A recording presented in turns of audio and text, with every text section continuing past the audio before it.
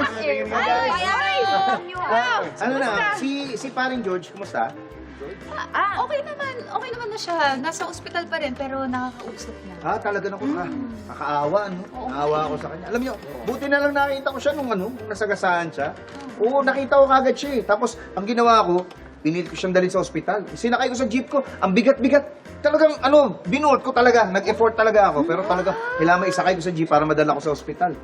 Ikaw pala talaga yung tumulong sa kanya. Ako yun. Oo. Alam nyo, kung hindi ako napadaan doon, hindi ko siya nadala, baka kung ano nangyayari doon. Alam nyo, nung pagdating ko sa ospital, wala siyang pera eh. Walang pera, pambayad. Syempre, nanginingil yung ospital para ma-admit siya. Ako na rin sumagot. Uy! Yung deposito sa ospital, ikaw sumagot? Ako na. Oo. Wow! Oo. Ang bait mo.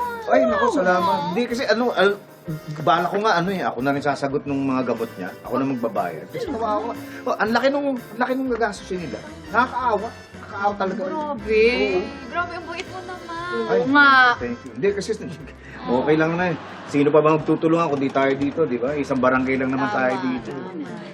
Alam niyo, iniisip ko rin yung niya, yung pamilya niya. Di ba? Parang kailangan din ng pera. So, parang naisip ko, tumulong na rin. Kasi si paring George, nasa ospital, di ba? Walang kikitain yun, di makakapagtrabaho. Kawawa naman yung pamilya.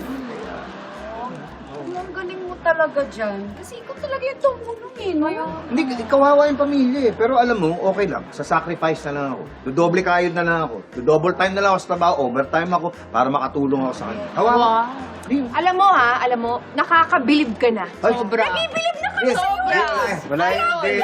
Sus, ganun talaga. Grabe, Lodi. Hindi, sino pa ba magtutulungan, di ba? Tayo rin. Pero sana, request ko lang guys, baka pwede huwag nyo na ipagkalat. Oo, kasi ayoko na sana ikwento to. Kaya, ayoko nung may mga sasabi mga tao. Sabihin nagmamagaling ako. Pero, syempre, gusto ko lang tumulong talaga eh. Kawawa yung tao, kawawa yung family. Oh. Bakit kinekwento mo sa amin? Oo, parang dati nagyayabang ka eh. Pwede namang hindi na ikwento eh. Talagang kwento niya pa eh. Mismo. Hindi naman pagyayabang yun. Ganun din yun. Parang gusto mong ipaalam sa lahat ng mga tao na gumagawa ka ng mabuti. Oo eh. Tama, parang naghahanap siya ng validation sa bawat kilos niya. Validation? Gusto mo ang aangka. Anong validation? Hindi ganun, pare. Naawa lang ako sa tao. Naawa lang. Ayoko na nga malaman ng ibang mga tao. Pero kinukwento mo pa rin.